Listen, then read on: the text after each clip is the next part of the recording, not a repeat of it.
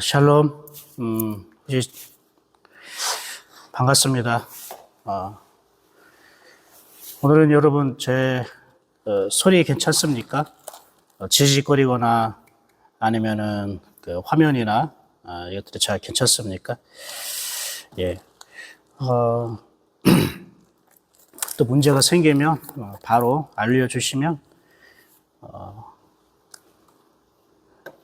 장소를 옮겨서 진행하도록 하겠습니다. 간밤에 잘 주무셨죠? 예.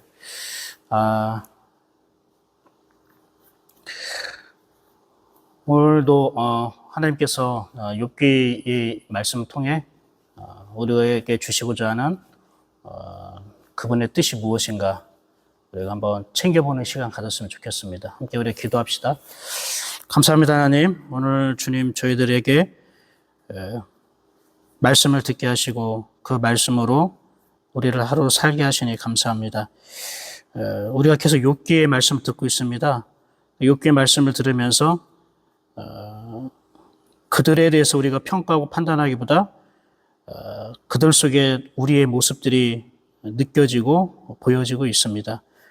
이걸 통해서 우리가 더 다듬어지고 주님의 그 다스림 속에 살아갈 수 있게 도와주옵소서.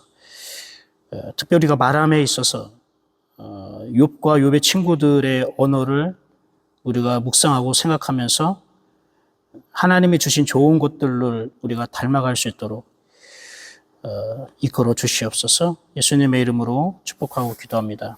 아멘. 네, 오늘 여러분 욥기 18장 말씀입니다. 여러분 욥기 18장 말씀 읽어보시면서 어떠한 생각이 드셨습니까? 이제 수아 사람 빌닷이 여러분 두 번째 이야기를 하고 있죠. 여러분 수아 사람 빌닷이 뜻에 대해서 얘기했었는데 혹시 알고 있습니까? 빌닷이라는 말. 네. 우리가 뭐 엘리바스라던가 빌닷이라던가 여러 사람들에 대한 이야기를 우리가 듣고 있는데 기도했던 것처럼 그들의 언어가 내가 주로 사용하는 언어가 그 속에 담겨 있는 걸 혹시 발견하십니까? 저도 그걸 좀 볼 때가 좀 있습니다. 이거 내가 하는 말이랑 비슷하네. 뭐 엘리바스면 엘리바스 아니면 뭐 빌닷이면 빌닷. 그들이 하는 말을 보면 우리가 흔히 많이 듣던 말 또는 내가 좀 사용하는 말이 그들 속에 포함되어 있다는 거죠. 그러면 우리가 그들의 언어를 사용하고 그 언어를 우리가 보면서 깨달으면 언어를 보면 내 언어가 어떻게 구성되어지고 어디부터 왔는지를 우리가 좀 더 깨달을 수 있지 않을까라는 생각이 들더라고요. 수아 사람 빌닷의 여러분 말을 들어보면 2절부터 21절까지, 그죠? 21절까지인데, 2절만 빼고 3절부터 21절까지 이 빌닷의 모든 내용이 어떻게 구성되어 있냐면 부정적인 말로 다 기록되어 있습니다. 볼까요? 3절부터 너는 왜 우리를 짐승으로 여기고 부정하게 보느냐. 그러니까 욥도 되게 부정적으로 지금 얘기를 하고 있다. 지금 평가를 하고 있는 거예요. 그런데 욥의 새 친구들도 지금 계속 욥에게 대해서 부정적으로 얘기를 해요. 그러면서 4절에 욥에 대해서 뭐라고 얘기하면은 울분을 터뜨리며 자기 자신을 찢는 사람아. 무슨 말이야? 너는 비정상적이야. 지금 너의 마음과 정신의 상태는 되게 비정상적이고 그러니까 보통 이상의 감정과 보통 이상의 너가 사람의 그 생각을 넘어섰어. 그러니까 너는 정상이 아니야. 제대로가 아니야. 그러니까 너가 말하는 것도 굉장히 너는 분별력이 없고 깨닫지 못하는 말을 하고 있고 너 자신도 네가 모르는 말을 하고 있고 이런 얘기로 하는 거예요. 그런데 그 빌닷 자신도 욥에게 하는 말이 굉장히 부정적이에요. 5절부터 보면 악인의 빛은 꺼지고 그의 불꽃은 빛나지 않을 것이요. 그의 장막 안의 빛은 어두워지고 그 위에 등불은 꺼질 것이며 계속 노라는 말을 많이 써요. 아니다, 못한다, 없다 이런 식으로 부정적인 말과 단어를 자꾸 사용하죠. 이번 5절, 6절에 악인의 빛은 꺼지고 그의 불꽃은 빛나지 않을 것이요 라고 되어 있는데 여러분 하나님은 꺼져가는 등불도 끄지 않으시고 상한 갈대를 꺾지 않으신다고 했잖아요. 여러분 꺼져가는 불이래요. 등불이 점점 꺼져가고 있어요. 이거 한번 생각해 보셨어요? 왜 등불이 꺼져가고 있는지? 우리 안에 그 믿음의 등불, 은혜의 등불, 영혼의 등불이 있어요. 근데 그게 왜 꺼져가는지 아세요? 고난과 역경을 당해서 어렵기 때문에 어떤 외부의 영향력 때문에 꺼져 갈까요? 그런 것도 우리가 무시할 수는 없어요. 그런데 내 영혼의 등불, 은혜의 등불, 믿음의 등불을 꺼트리는 거는 사실 내 속에 있어요. 내 자신의 생각이라든지 어떤 내가 내 영혼의 등불을 꺼트리는 거지 어떤 누가 내 영혼을 등불을 꺼트리는 것은 많지 않거든요. 그러면 하나님이 볼 때는 안타까운 거죠. 하나님이 우리에게 불을 붙여주셨는데 은혜를 주셨고 믿음을 주셨는데 내가 그걸 관리를 잘 못해서 아니면 내가 어떤 세상적인 것에 빠져있고 뭐 이러한 것에 내가 믿음을 잃어버리고 그래서 하나님 주신 등불, 빛 이걸 점점 꺼트리고 있단 말이에요. 그럼 이거는 누구의 다른 어떤 책임이 아니라 나의 책임이라고도 할 수 있거든요. 그런데 내가 내 영혼의 불, 내 믿음의 불을 꺼트리고 있지만 하나님은 끄지 않으신다고 얘기하잖아요. 그렇다면 악인의 빛은 꺼지고 그의 불꽃은 빛나지 않을 것이요 라는 말이 이게 율법적으로 생각하면 옳고 그름으로 말하면 맞을 수도 있지만 하나님의 긍휼의 입장에서 보면은 이거는 맞는 말이 아니죠. 하나님은 모든 사람을 사랑하실 때 끝까지 사랑하신다고 했고 모든 사람이 구원을 얻기 원한다고 했잖아요. 그러면 악인을 구원하면 안 되죠. 악인의 빛이 꺼져가도록 내버려 둬야겠죠. 다시는 회복하지 못하도록. 근데 그게 주님의 마음입니까? 예수님이 못 박혀 돌아가실 때 도망간 제자들을 다시 찾아가면 안 되죠. 악인이니까. 예수님을 배신했잖아요. 그런데 다시 찾아가죠. 그들의 꺼져가는 불을 살리기 위해서 다시 찾아간다고요. 악인의 빛이 점점 꺼지고 있는 것을 하나님 계속 다시 살리시려고 하는 거예요. 그래서 그 말씀이 나온 거예요. 꺼져가는 등불을 끄지 않으신다고. 야, 네가 너의 죄로 인해서든 아니면 네가 어떤 것으로 인해서든 내가 너에게 준 불을 네가 꺼트린다 할지라도 나는 그것을 허락하지 않을 거야. 이게 하나님의 마음이에요. 근데 이 빌닷은 뭐예요? 악인의 빛은 꺼지고 그의 불꽃은 빛나지 않을 거래요. 그 장막 안의 빛은 어두워지고 그 위에 등불은 꺼질 거래요. 하나님의 마음이 아니잖아요. 근데 왜 이 빌닷은 하나님의 마음이 아닌 것을 마치 하나님의 뜻인 것처럼 얘기를 할까요? 이게 바로 율법주의의 대표적인 양상이에요. 모습이에요. 옳고 그름으로 보는 거예요. 욥이 이렇게 고난을 받는 거는 죄를 졌기 때문에 그런 거야. 근데 그 죄를 회개하지 않으면 하나님은 그 불을 다 꺼트려 버릴 거야.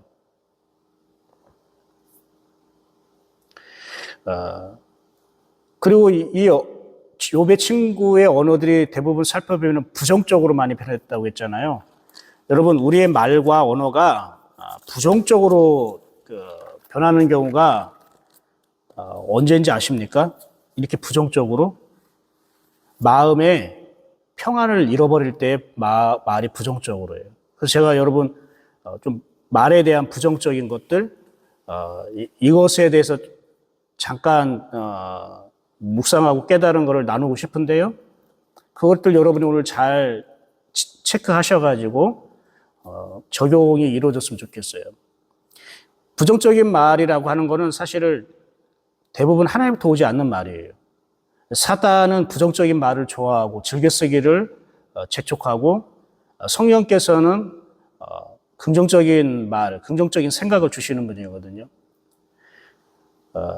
하나님의 성품이 그런 거란 말입니다. 사단의 속성과 하나님의 속성을 보면 내 말이 어디에 가까이 있는가를 우리가 알 수가 있어요. 사실 저도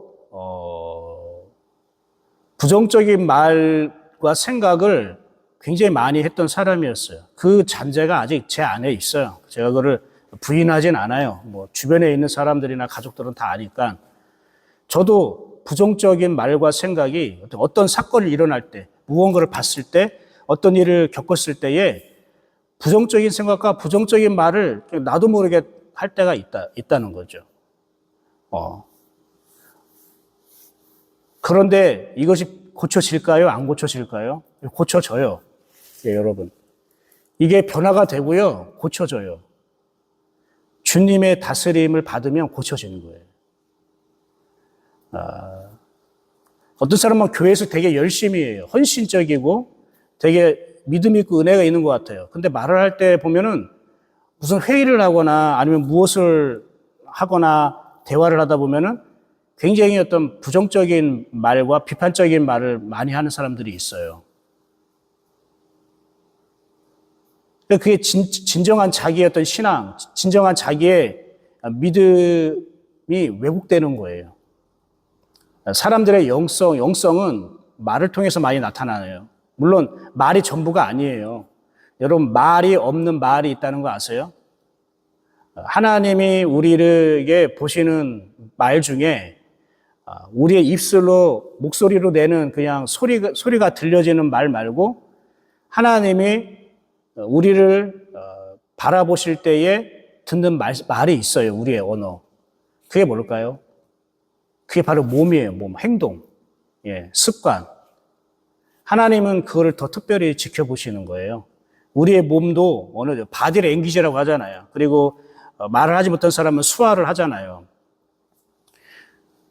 그렇죠. 우리는 입으로 목소리를 내는 말도 있지만 행동으로 하는 말, 언어가 있단 말입니다. 그걸 통해서 우리가 내 믿음이 내 영혼의 상황태를 우리가 볼 수가 있는데 부정적인 말을 하는 경우가요. 첫 번째 마음에 평안이 없을 때 평안이 없다는 것은 여유가 없어졌다는 뜻이에요. 그 마음의 여유가 하나님이 있어야 할 자리가 있는데 그 하나님의 있어야 할 자리에 다른 것이 들어오잖아요. 그럼 마음의 여유가 빼앗겨요. 마음의 평안을 잃어버려요. 그러니까 마음의 여유가 없으니까 조급해지는 거예요.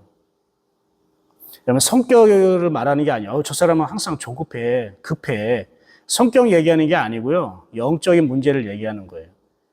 마음에 평안이 없으면 조급해져요. 생각이 조급해져요. 그리고 조급해지니까 어떻게 나오냐면 감정적으로 변해요. 감정적인 어떠한 액션이 나온다고요. 말도 그렇고. 지금 욥의 세 친구들과 지금 다 그렇게 바뀌고 있어요. 처음에는 욥 친구들이 긍정적인 말도 했어요. 하나님의 그 뜻에 맞는 복음에 가까운 그런 조언도 그런 말도 했었어요. 근데 이제 욥과 두 번째 이제 이야기 대화하는 과정 속에 욥의 세 친구들이 점점 감정적으로 변해요, 말이. 부정적으로 변해요. 그들의 마음의 평안을 잃어버렸다는 뜻이고 굉장히 조급해졌다는 거예요. 이게 바로 율법주의로 살아간 사람의 특징이에요. 율법주의의 사람이 자기의 주장이 인정받지 못하면 자기의 생각이나 자기의 철학이나 자기의 말이 상대방에게 인정받지 않잖아요. 그러면은 부정적으로 변해요, 말이. 그리고 이제 조급해져요. 빌닷이 욥에게 이렇게 얘기를 해요. 4절에 울분을 터뜨리며 자기 자신을 찢는 사람아. 그러니까 울분을 터뜨린다 그러는 야, 너 너무 감정이 격해 있었어. 넌 비정상이야. 이렇게 얘기를 하는 거예요. 그리고 자신을 찢는 사람아. 그만큼 너는 지금 너 자신에게 취해서 정상적인 네가 생각과 말을 분별할 수 없어. 지금 욥을 이렇게 공격하고 있는 거예요. 근데 사실 이것이 욥 친구 빌닷 자기의 이야기인 줄 모르는 겁니다. 지금 욥이 이렇게 마음이 찢어질 정도로 아픈다면 이 욥에게 필요한 거는 정답이 아니잖아요. 욥은 정답을 원하는 게 아니에요. 옳고 그름을 원하는 게 아니에요. 무엇이 맞고 틀리냐고 보는 게 아니라 하나님에 대해서 알고 싶은 거예요. 자기가 믿었던 하나님, 이 고난과 역경을 통해 이전까지 믿었던 하나님, 그 하나님이 아니니까 그럼 하나님은 누구야? 하나님 어떤 분이야? 하나님 왜 이렇게 하시는가? 어떤 정답을 원하는 게 아니라 도대체 그 하나님이 어떤 분인지 어떤 존재인지 더 알고 싶고 그 하나님의 몰랐던 그 하나님에 대해서 자기가 지금 느껴지기 시작하니까 욥에게는 그게 필요했던 거죠. 근데 욥의 친구들은 계속 옳고 그름으로 나오는 거예요. 그게 율법주의예요. 옳고 그름. 아파하고 힘들어하는 사람에게 야 이렇게 해야 돼 저렇게 해야 돼 이게 맞아 이게 틀려 이건 아무런 도움이 안 되거든요. 그런데 이 율법주의로 살아가는 종교적 어떤 열심과 신앙이 아니라 종교로 살아가는 사람은 이렇게 자기의 주장이나 이런 조언이나 이런 말이 차단될 때, 인정받지 못할 때 영락없이 부정적인 말이 나온다고요. 그래서 엘리바스나 빌닷이나 여러 사람이 계속 말하는 게 부정적으로 변하기 시작해요. 여러분은 어떻습니까? 여러분의 생각과 말이 인정받지 않을 때에 여러분은 부정적인 말을 많이 사용하십니까?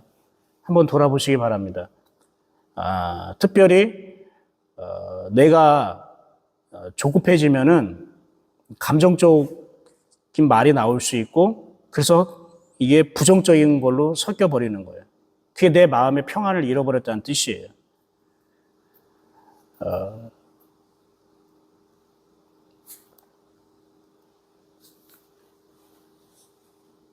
욥의 세 친구들이 부정적인 말을 사용하고 있다는 것은 이제 그때부터는 주장을 위한 주장, 자기의 말을 변호하기 위한 변호가 돼버린 거예요. 하나님부터 오지 않았다는 걸 말해요.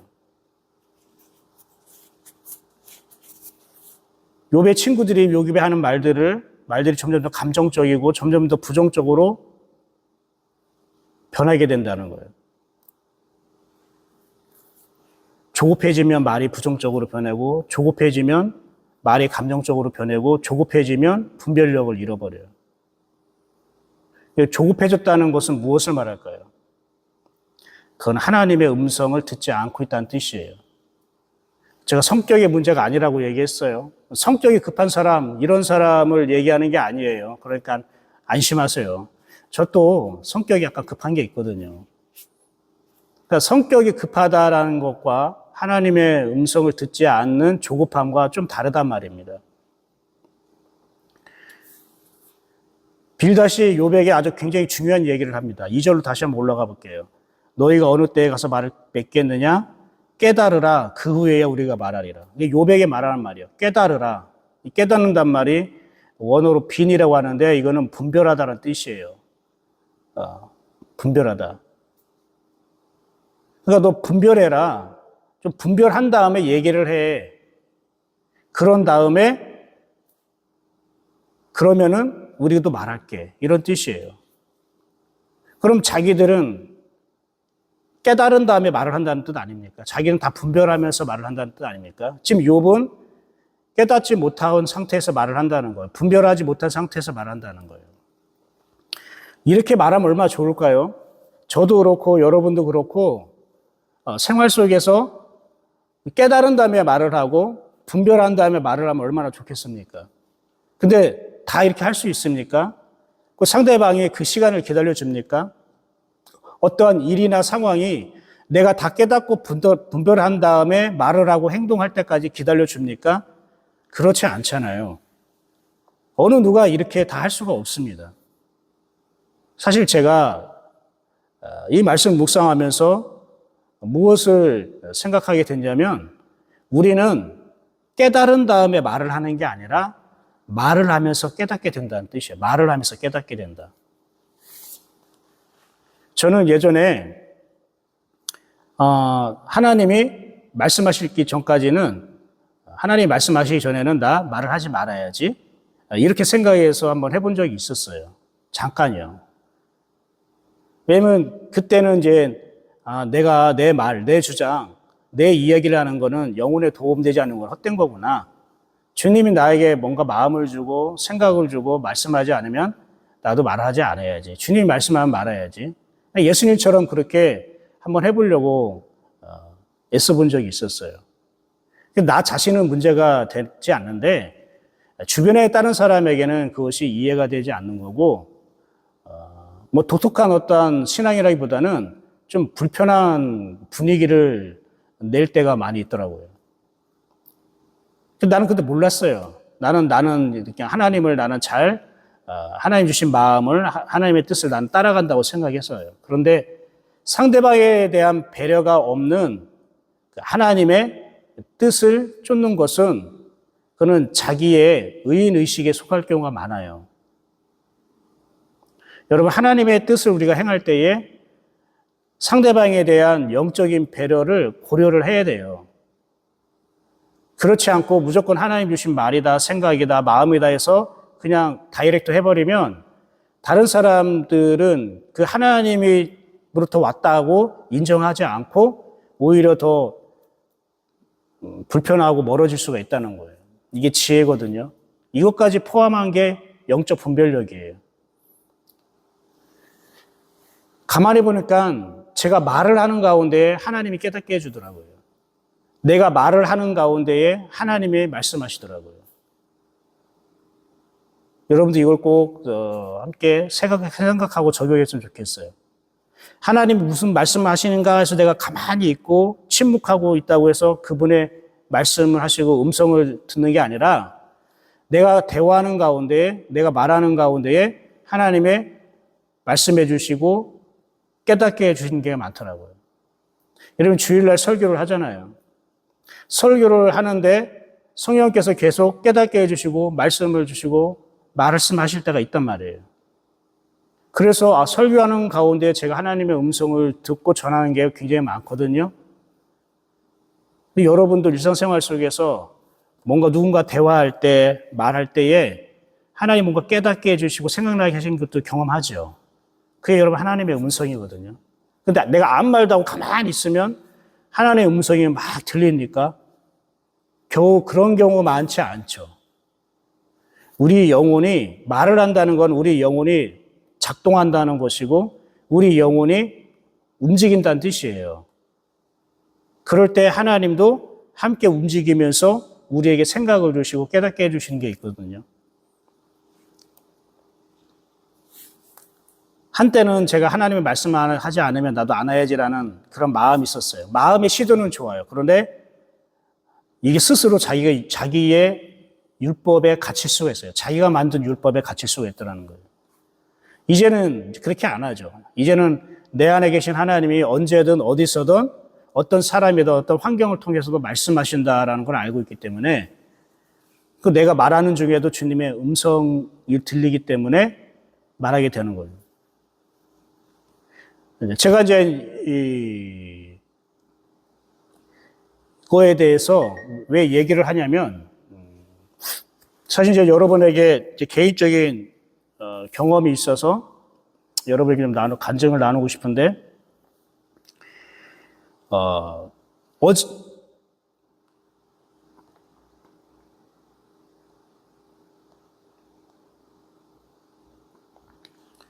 제가 이제 그 가족들과, 이게 오기 전에 이제 3일 동안 아이들이 무엇을 먹을지 음식을 준비를 많이 했어요. 그리고 두 아들을 이제 불러다가 이제 이건 이렇게 먹고 이렇게 해서 먹고 해서 설명을 하려고 모았는데, 그때 이제 첫째 아이가 친구하고 이제 연락을 하고 있었던 거예요. 근데 친구가 지금 상황이 되게 안 좋아서 마음이 어려움이 있어서 이제 도움을 요청한 거예요. 상담 요청을. 그래서 저희는 그걸로 이제 계속 상담을 하고 있고 그 친구를 위로하고 하는 시간인데, 나도 모르게 그게 내가 마음이 조급해지니까 부정적인 말을 하게 된 거예요, 저희한테. 그러니까 너가 하는 게 그 친구에게 얼마나 도움이 되겠느냐? 그냥 그 친구가 어렵고 힘든 일을 겪게 놔두는 것도 좋다. 꼭 네가 그것을 해결해 주지 않아도 된다. 이제 이렇게. 물론 그게 맞을 수도 있고 틀릴 수도 있는데, 그 말을 제이가 들을 때는 속상하고 서운한 거죠. 상처가 될 수 있는 거죠. 이 아이는, 제이의 친구는 제이에게 너무 마음이 힘들고 괴로워서 도움을 요청해서 제이는 이게 참 심각한 문제구나. 지금 얘가 놔두다가는 좀 어떤 일을 벌일지 모르겠다라는 게 느껴져서, 위기의식을 느껴져서 자기는 지금 이렇게 하는데, 그 앞에 있는 나는 빨리 아이들에게 설명을 하고 이렇게 한 다음에 그 다음에 내가 해야 할 일들을 하고 준비하고 가야 되는데, 그런 모습이 그러니까 내 눈에 썩 탐탁지 않게 이제 여겨졌던 것 같아요. 그거 나중에 해도 되지 않냐 이런 식으로. 그러니까 나도 모르게 마음에 그 여유와 평안을 잃어버리게 된 거죠. 그 마음이 조금 조급해지니까 감정적인 말이 나오게 되고, 그리고 부정적인 말을 하게 되는 거예요. 이제 그것 때문에 이제 아이들과 제가 좀 약간 말에 그런 언쟁이 있었는데, 결국은 어떻게 보면 아빠의 권위로서 어쩌면 제가 탁 끝내버리고 눌러버리고 그냥 그렇게 일단락하고 제가 나오게 됐는데, 사실은 이제 그게 마음에 계속 찝찝함이 남아 있죠. 평안하진 않죠. 그러면서 이제 그 다음 날이에요. 이제 어제였죠. 어제 이제 가족들과 이제 카페에서 이런저런 얘기를 하고 뭘 하고 하다가 하면서 성령께서 내 마음에 계속 그 조금 찝찝하게 남아있던 마음을 계속 건드시는 거예요. 그러니까 가족끼리 얘기하는 과정 속에 하나님이 내 모습을 보여준 거예요. 지금 이 가족과 얘기하는 내 모습과 전날에 내가 자녀들에게 대했던 그 모습이 오버랩 되면서 계속 내 마음에 비춰주면서 그 부분이 계속 걸리는 거예요. 그게 여러분 양심이잖아요. 양심. 여러분 알지만 신앙 양심이라는 게 뭐라겠죠? 하나님은 양심을 통해 말씀하신다고 하잖아요. 그래서 신앙 양심이 있는 사람은 하나님의 음성을 듣지 못할 수가 없다. 누구나 다 하나님의 음성 들을 수 있다. 하나님이 가장 많이 우리에게 말씀하시는 통로가 양심이다. 성경이 아닙니다. 설교가 아닙니다. 양심입니다. 양심. 근데 이 양심이 계속 저를 눌러버리니까 이 문제를 하나님께서 해결해 주기를 원하는구나. 근데 하나님이 이렇게 다가오셔서 내 마음을 건드려 주시면 이게 되더라고요. 그래서 바로 저희한테 전화했어요. 저희한테 전화해서 아빠가 어제 너한테 그렇게 말하고 그렇게 부정적으로 얘기했던 것에 대해서 미안하다. 아빠가 잘못했다. 아빠가 아빠답지 못했고 하나님을 믿는 사람답지 못했다. 라고 사과를 했어요. 그리고 내가 너에게 상처를 줬다면 미안하다. 그 상처가 너에게 남지 않았으면 좋겠다. 얘기를 했습니다. 그래서 제이가 너무 좋아하고 기뻐하고 막 웃으면서 아빠가 이렇게 사과를 해주셔서 너무나 감사합니다. 제이가 T예요. 그러면 제이도 아닙니다. 아빠 저도 잘못했죠. 뭐 이렇게 얘기하는 게 아니라 아빠 사과를 해주셔서 감사합니다. 얘기하는. 저도 쿨하게, 그래, 아빠가 잘못했어요. 당연히 아빠가 사과하는 거니까.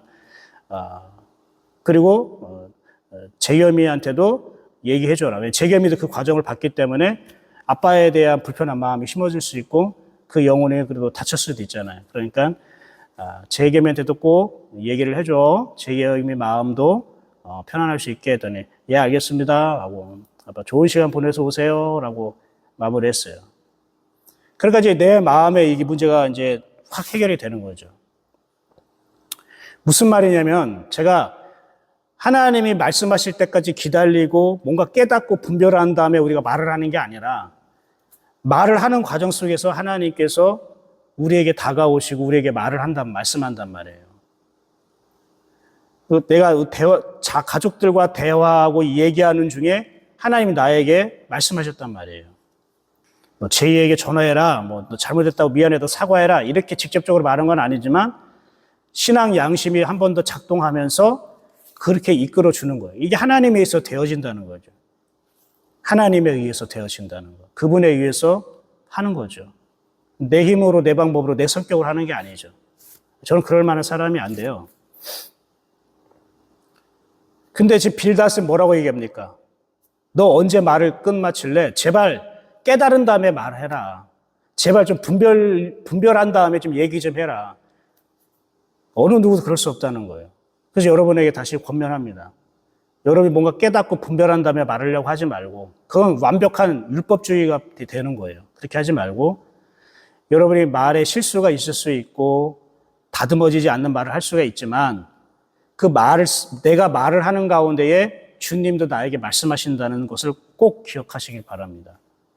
어떻게 말씀하시냐? 여러분의 생각과 여러분의 신앙 양심이요. 양심이라는 말이요. 로마서에 양심이라는 단어 많이 나오잖아요. 양심이라는 말이 원어로 어떤 뜻이냐면은 함께 바라보다는 뜻이에요. 함께 본다는 뜻이에요.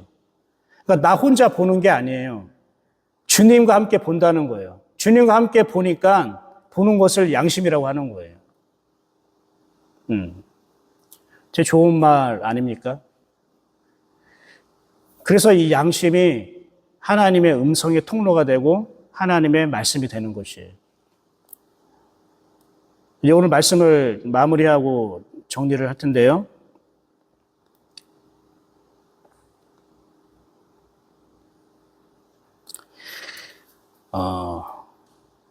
율법에 매인 사람들이 있어요. 되게 종교적이고 옳고 그름에 매인 사람들. 근데 그런 사람들은 어떻게 신앙 양심이 작동하지 않을까? 제가 오랫동안 고민을 했어요. 근데 하나님이 오늘 아침에 조금씩 이렇게 깨닫게 하신 게 있는데, 그거 가지고 제가 오랫동안 고민하고 하나님께 묻고 기도하고 있었어요. 하나님, 일반적인 보통 신앙 양심이 있다면 뭔가 이런 반응이 일어나고 이런 작동하고 뭔가 달라질 텐데, 저런 사람들은 그게 없나요? 그게 작동하지 않나요? 신앙 양심을 통해 하나님의 깨닫게 하시는 거 음성을 듣지 못하나요? 이런 궁금함이 있었어요. 그런데 이런 걸 발견하게 된 거예요. 완전 율법에 쩔어 있는 사람, 옳고 그름이나 이런 자기 자신이 옳다, 자기가 행하는 게 맞다라고 생각하는 그러한 율법 의식에 사로잡힌 사람은요, 그 양심의 작동도 율법적으로 작동한다는 거죠. 일반적인 어떤 복음을 누리고 하나님의 은혜를 누리고 있는 사람에게 작동하는 어떤 신앙 양심과 자기 그 양심이 율법적으로 작동하는 것은 굉장히 반대거든요. 그러니까 그 부분이 조금 이제 이해가 되는 거예요. 제가 약간은 이제 깨닫게 된 거예요. 아, 그렇구나. 양심으로 작동하는 것 자체가 다르구나. 그들의 양심의 작동은 자기들의 속해 있는 그 율법주의에 의해서 작동되고 또 그것이 옳다고 또 생각하는구나. 그래서 견고한 진이라고 하는구나. 인간의 마음 생각이 그냥 사단이 그러한 세워놓은 견고한 진이라고 이렇게 얘기를 하는 거구나. 그래서 조금은 이해하게 됐어요. 그래요, 여러분. 신앙 양심도요, 하나님의 은혜에 머물러 있는 사람이 잘 작동이 되더라고요. 그러니까 복음을 뭔지 알고 느끼는 사람이 하나님 앞에 순수한 마음, 뭐 종교적인 열심이나 어떤 형식이나 옳고 그름이나 이런 것을 쫓아가는 사람보다 하나님 앞에 순수한 마음을 가진 사람이 신앙 양심이 더 잘 작동하더라고요. 굉장히 종교성이 짙은, 율법에 굉장히 주의에 짙은 사람은 그들의 양심도 그 율법에 묻혀 있는 경우가 많이 있더라고요. 그러니까 이 빌닷이라던가 욥의 세 친구도요, 이제 막 율법주의에서 깨어나서 복음으로 변화되고 있는 욥에 대해서 이해를 못하는 것뿐만 아니라 지금 욥의 세 친구들도 그들도 하나님을 믿고 안다면은 뭔가 성령께서 깨우쳐 주시는 신앙 양심이 있을 텐데 그걸 전혀 인식하지 못하고 계속 감정적으로 계속 부정적인 말을 사용하잖아요. 아, 그들의 양심마저도 고장이 났구나. 그냥 율법에 찌들었구나라는 걸 느낄 수 있었습니다. 오늘 말씀은 마치 주일 설교처럼 길어졌는데요. 오늘 이 빌닷이 욥에게 한 그런 부정적인 말을 하면서 우리 또 제 자신에 대한 경험도 얘기를 해봤습니다. 여러분 마음에 하나님 주신 평강과 그 여유가 잃어버리면 조급해지게 되고요. 조급해지게 되면 내 말이 감정적이고 부정적으로 변하게 됩니다. 하나님을 믿는 사람에게는 그 과정 속에서 하나님이 신앙 양심을 깨우쳐서 이거를 거기서 벗어날 수 있도록 회복할 수 있도록 은혜를 주시거든요. 그러니까 여러분이 뭔가 다 알고 다 배우고 깨닫고 분별한 다음에 뭔가를 하려고 하지 말고 여러분 안에 계시는 하나님을 신뢰하십시오. 그리고 믿으십시오. 내가 말하는 가운데 하나님 나에게 말씀하신다. 내가 뭔가 생각하는 가운데에 하나님 나에게 생각을 주신다라고. 그래서 그러한 것을 적용하고 오늘도 그 하나님을 만나고 그 하나님 안에서 살아가는 그런 기쁨이 있기를 축복합니다. 기도하겠습니다. 감사합니다, 하나님. 우리가 너무 조급해 있고 또 내 옳고 그름으로 막 주장하고 그럴 때에 우리의 신앙 양심마저도 내 기운에 눌려 있어서 하나님의 음성을 제대로 듣지 못한다는 것을 발견하게 되었습니다. 그리고 저에게 이러한 것을 저의 어떤 실수와 어떠한 저의 부족한 모습을 깨닫게 하시고 보여주셔서 함께 나눔으로 인해서 우리가 더 하나님이 말씀을 다 새겨 들을 수 있도록 인도하시니 감사합니다. 아버지 하나님, 우리 예인교회 성도들이 하나님 앞에 신실한 마음, 그 순전한 마음을 계속 유지할 수 있도록 도와주시옵시고